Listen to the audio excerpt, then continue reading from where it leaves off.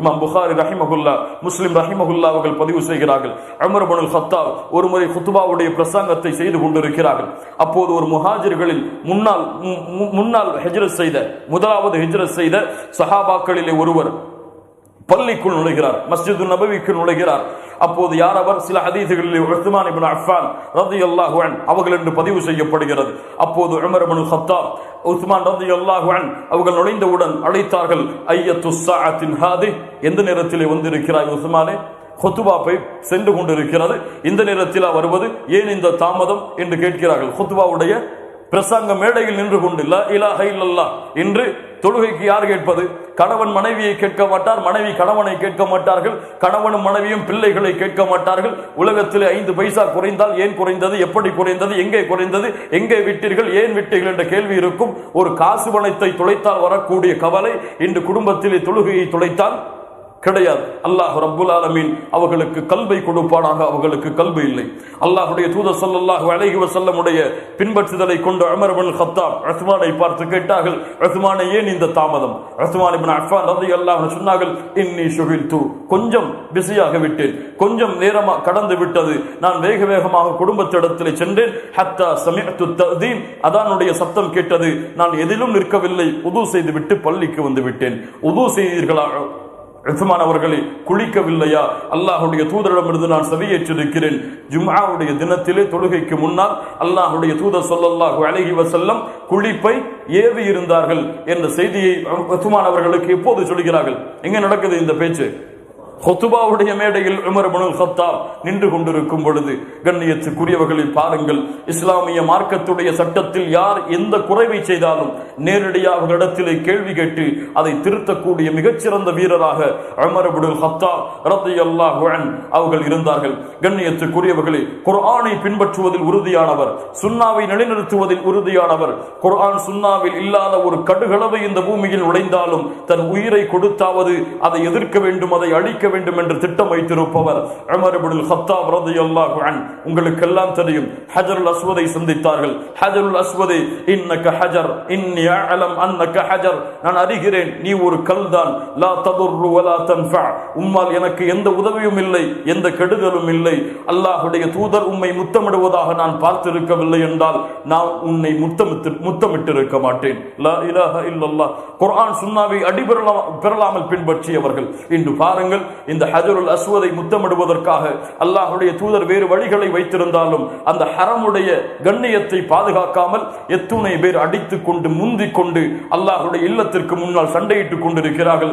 ஹஜருல் அஸ்வதை தொடுவதற்கு அல்லாஹ்வுடைய தூதர் வேறு வழிகளை கொடுக்கவில்லையா? காபாவிற்கு முன்னால் நின்று கொண்டெல்லாம் அந்த துணிகளை பிடித்து அழுது கொண்டிருக்கிறார்கள் முஸ்லிம்கள். யார் இந்த முஸ்லிம்களுக்கு இப்படி அனுமதி கொடுத்தது? அவன் சொன்னார்கள், நீ ஒரு கல்தான், உன்னால் எந்த பலனும் இல்லை, எந்த தீங்கும் இல்லை. ஆனால் இன்று பரக்கத்திற்காக ஹஜருல் அஸ்வதை தொடுகிறார்கள். யார் கூறியது பரக்கத்து ஹஜருல் அஸ்வதில் இருக்கிறது? தொட்டால் பரக்கத்து கிடைத்து விடுமா? தொட்டால் சொர்க்கத்துடைய கல்லை தொட்டால் சொர்க்கத்திலே நுழைந்து விட முடியுமா? அந்த எந்த பரக்கத்தும் இல்லை. அல்லாஹ்வுடைய தூதர் முத்தமிட்டார்கள், முஸ்லிம்கள் முத்தமிடுகிறார்கள். அல்லாஹ்வுடைய தூதர் செய்தார்கள், முஸ்லிம்கள் செய்கிறார்கள். அதற்கு கூலியை கொடுப்பவன், முடிவெடுப்பவன் அல்லாஹ் தான். கண்ணியத்துக்குரியவர்களே, உமர் இப்னுல் கத்தாப் ரலியல்லாஹு அன்ஹு அவர்களிடத்திலே ஒரு யூதர் வந்தார். யா அமீருல் முஃமினீன், பாருங்கள் சுன்னாவுடைய நிலைநாட்டலை பாருங்கள், குர்ஆனுடைய நிலைநாட்டலை பாருங்கள். அமீருல் முஃமினீன் அவர்களே, உங்களுடைய புத்தகத்தில் ஒரு வசனம் இருக்கிறது, உங்களுடைய புத்தகத்தில் ஒரு வசனம் இருக்கிறது, அதை நீங்கள் ஓதுகிறீர்கள். அந்த வசனம் மட்டும் எங்களுக்கு இறக்கப்பட்டிருந்தால் அதை நாங்கள் ஈதாக கொண்டாடி இருப்போம், இறக்கப்பட்ட நாளை ஒரு பெருநாளாக கொண்டாடி இருப்போம். ஆனால் நீங்களும் அதை வைத்துக் கொண்டிருக்கிறீர்கள் என்று உமர் இப்னுல் கத்தாபை பார்த்து கேட்டார்கள்.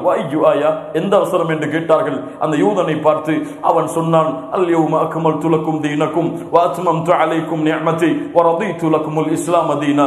இன்றைய தினம் அல்லாஹ் ரப்புல் ஆலமீன் அவனுடைய மார்க்கத்தை முழுமைப்படுத்துகிறான். அல்லாஹ் வ ரதீது லக்குமுல் இஸ்லாம் தீனா, இஸ்லாமை அவனுடைய மார்க்கமாக அல்லாஹ் பொருந்திக் கொள்கிறான் என்று வரக்கூடிய குர்ஆனுடைய வசனத்தை அந்த யூதன் சொன்னான்.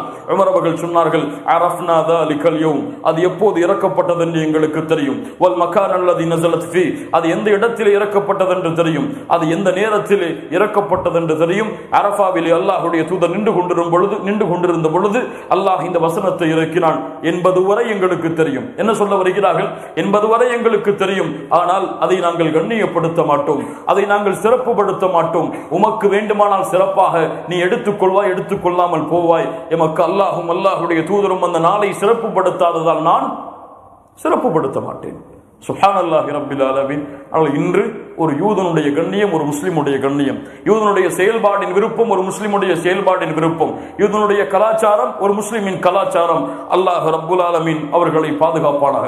கண்ணியத்துக்குரியவர்களே, நீதியின் தலைவர், நீதிக்கு அல்லாஹுடைய தூதரிடமிருந்து பாடம் பயின்றவர், நீதிக்கு அபூபக்கர் சித்தீக் ரலியல்லாஹு அன்ஹு அவர்களிடமிருந்து பாடம் பயின்றவர் உமர் இப்னுல் கத்தாப் ரலியல்லாஹு அன்ஹு. கேளுங்கள் இந்த நிகழ்வை. உமர் இப்னுல் கத்தாப் ரலியல்லாஹு அன்ஹு அவர்களுடைய காலத்திலே மக்கா மதீனாவில் இருந்த ஒரு நிலத்தை ஜகாத்துடைய ஆடு மாடுகள் ஒட்டகங்கள் மேய்வதற்காக ஒரு வேலையை இட்டு வளைத்து வைத்திருந்தார்கள். அங்கே ஒரு பிரச்சனை வருகிறது. மற்ற ஜகாத் இல்லாத ஒட்டகங்கள், ஏழைகளுடைய ஒட்டகங்கள், ஆடுகளுடைய ஒட்டகங்கள் அங்கே நுழைந்து அந்த விவசாய நிலத்தில் மேய்வதற்கு அனுமதி உண்டா என்று. அப்போது அவர்களுடைய வேலையாளாக இருந்த, அவர்களுடைய அடிமையாக இருந்த ஹுனை என்ற நபித்தோழரை சந்தித்தார்கள் உமர் இப்னுல் கத்தாப். இமாம் புகாரி ரஹிமஹுல்லாஹ் பதிவு செய்கிறார்கள், யா ஹுனை முஸ்லிம்களுக்கு அநியாயம் செய்வதிலிருந்து உன் ரெக்கையை தாழ்த்திக்கொள். அநியாயக்காரனுடைய பிரார்த்தனையை அஞ்சிக்கொள். அல்லாஹ்விடத்திலே அநியாயக்காரனுடைய பிரார்த்தனை நிச்சயமாக அங்கீகரிக்கப்படும்.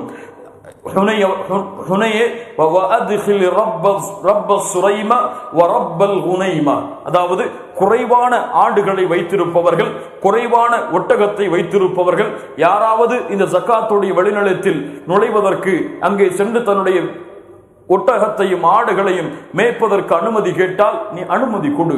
ஏன்? அவர்கள் ஏழைகள், அவர்கள் கஷ்டத்தில் இருப்பவர்கள், அவர்களுடைய வாழ்நாளுடைய ஊதியத்திற்காக அதை செய்கிறார்கள். ஆனால் அப்துல் ரஹ்மான் இப்னு அவுஃப் அவரோ, மேலும் உஸ்மான் இப்னு அஃபான் அவரோ, இந்த இருவரில் யாராவது அனுமதி கேட்டால் அவர்களுக்கு அனுமதி கொடுக்காது. சுப்ஹானல்லாஹ். ஏழை சஹாபாக்கள் கேட்டால் அனுமதி கொடு. அப்துல் ரஹ்மான் இப்னு அவுஃப், வேறு யார்? உஸ்மான் இப்னு அஃபான் அனுமதி கேட்டால் அனுமதி கொடுக்காது. ஏன்? இந்த ஒட்டக கூட்டங்களும் ஆடுகள் கூட்டங்களும் அவர்களுக்கு அழிந்து விட்டால் அவர்களுக்கு வேறு தொழில் இருக்கிறது, அவர்களுக்கு விவசாயம், அவர்களுக்கு தோட்டம் இருக்கிறது, அவர்களுக்கு விவசாய நிலங்கள் இருக்கிறது. அதை வைத்து அவர்களுடைய வாழ்நாளை அவர்கள் ஓட்டிக் கொள்வார்கள். ஆனால் இந்த ஏழைகளோ, இந்த ஏழை தோழர்களோ, இவர்களுடைய விவசாய நிலங்கள் அழிந்து விட்டால் பிள்ளைகளை கூட்டிக் கொண்டு என்னிடத்தில் அல்லவா வருவார்கள். உமர் இப்னுல் கத்தாப் சொன்னார்கள், என்னிடத்தில் வந்து உதவி கேட்பார்கள். நான் எப்படி அவர்களுக்கு உதவி செய்யாமல் இருப்பேன்? அவர்களுக்கு உதவி செய்ய வேண்டும் என்ற கட்டாயம் எனக்கு இருக்கிறது. ஆனால் அவர்கள் நான் இப்படி செய்வதால் நினைத்துக் கொள்வார்கள், அவர்களுக்கெல்லாம் நான் அநீதம் செய்கிறேன், செல்வந்த சஹாபாக்களுக்கெல்லாம் அநீதம் செய்கிறேன் என்று அவர்கள் எண்ணிக்கொள்வார்கள். அவர்களுடைய பூமி தான் ஜாஹிலியத்திலும் அவர்கள் இருந்தார்கள், இஸ்லாமை ஏற்றதற்கு பிறகும் அவர்கள் இருக்கிறார்கள். அவர்களுடைய பூமியில் நான் எப்படி இதை உரிமை கொண்டாட முடியும் என்று அவர்கள் எண்ணிக்கொண்டிருப்பார்கள். ஆனால் வல்லதி நஃப்ஸி பியதி, என் உயிர் யாருடைய கரத்திலே இருக்கிறதோ அவன் மீது சத்தியமிட்டு சொல்கிறேன், அல்லாஹ் ரப்புல் ஆலமீன் அவனுடைய பாதையில் கண்காணிக்கப்பட வேண்டும் என்று இந்த நிலங்களையும் இந்த செல்வங்களையும் எனக்கு ஒப்படைத்திருக்கவில்லை என்றால் அனைத்து அவர்களுடைய பூமிகளையும் ஒரு ஜானளவும் எடுக்காமல் அவர்களிடத்தில் நான் ஒப்படைத்திருப்பேன் என்று உமர் இப்னுல் கத்தாப் ரலியல்லாஹு அன்ஹு அவர்கள் சொன்னார்கள். ஏழைகளுடைய கஷ்டத்தை உணரக்கூடிய தலைவர், ஏழைகளுடைய சிரமத்தை உணரக்கூடிய தலைவர், ஏழைகளுக்கு இப்படிப்பட்ட நிலைமை வந்துவிட்டால் என்ன ஆகும் என்று துடிக்கக்கூடிய தலைவர் இந்த உலகத்திலே உமரை போன்று அல்லாஹ்வுடைய தூதருக்கு பிறகும் அபூபக்கருக்கு பிறகும் யாரை காட்ட முடியும்? மூமின்களே, உலகத்தின் எந்த தலைவராக இருந்தால் அந்த உமர் இப்னுல் கத்தாப் ரலியல்லாஹு அன்ஹு நீதியின் தலைவர். தன் மகன் தவறு செய்தாலும் தண்டனை கொடுப்பார்கள். தன் அரசாங்கத்தில் எந்த ஒரு மந்திரி தவறு செய்தாலும் அவரை அழைத்து வந்து அதே தண்டனையை நிறைவேற்றுமாறு பணிப்பார்கள். 1000 வரலாறுகளை அதற்கு கூறிக்கொண்டே இருக்கலாம். கண்ணியத்துக்குரியவர்களே, உமர் இப்னுல் கத்தாப் ரலியல்லாஹு அன்ஹு தாயிமன் எப்போது பார்த்தாலும் தங்களுடைய உள்ளங்களை சோதித்துக் கொண்டே இருப்பார்கள். எப்போது பார்த்தாலும் தன் உள்ளத்தோடு பேசிக்கொண்டே இருப்பார்கள். இன்று முஸ்லிம்களிலே எம்எல்ஏ பலர் மக்களிடத்திலே பேசுகிறோம் நன்மைகளை, மக்களிடத்திலே பேசுகிறோம் தீமைகளை. இது நன்மை, இதை செய், இது தீமை, இதை செய் என்று மனிதர்களிடத்திலே பேசுகிறோம். எம்எல்ஏ யார்? தன்னிடத்திலே பேசியவர்கள், அவர்களுடைய உள்ளத்திடத்திலே பேசியவர்கள், அவர்களுடைய உள்ளத்திடத்திலே அந்த செய்திகளை எடுத்து வைத்தவர்கள் ஆம் உமர் இப்னுல் கத்தாப் ரலியல்லாஹு அன்ஹு அவர்கள் சொல்லுவார்கள், இப்னுல் கத்தாப், இப்னுல் கத்தாப், நீ பலகீனமானவனாக இருந்தாய், அல்லாஹ் உன்னை உயர்த்தினான். நீ வழிகேட்டிலே இருந்தாய், அல்லாஹ் உனக்கு நேர்வழி காட்டினான். நீ பலகீனமானவராக இருந்தாய், அல்லாஹ் உனக்கு கண்ணியத்தை கொடுத்தான், முஸ்லிம்களுடைய ஆட்சியை கொடுத்தான். இதில் நீ குறைவு செய்து விட்டால் வமாதா தகூலு லிரப்பிக கதன் யா உமர் இப்னுல் கத்தாப், வமாதா தகூலு லிரப்பிக கதன், நாளை மறுமையில் அல்லாஹ் இதை குறித்து உன்னிடத்திலே கேட்டால் என்ன பதில் சொல்லுவாய்? உமர் அவர்களுடைய ஒட்டுமொத்த வாழ்க்கையும் சூழ்ந்த ஒரு கேள்வி, உமர் அவர்களுடைய ஒட்டுமொத்த வாழ்க்கையுடைய துறைகளையும் ஆட்டி படைத்த ஒரு கேள்வி. உமர் அல்லாஹ்விடத்திலே இறையச்சமுடையவர்கள் சிறந்தவராக இருந்தார்.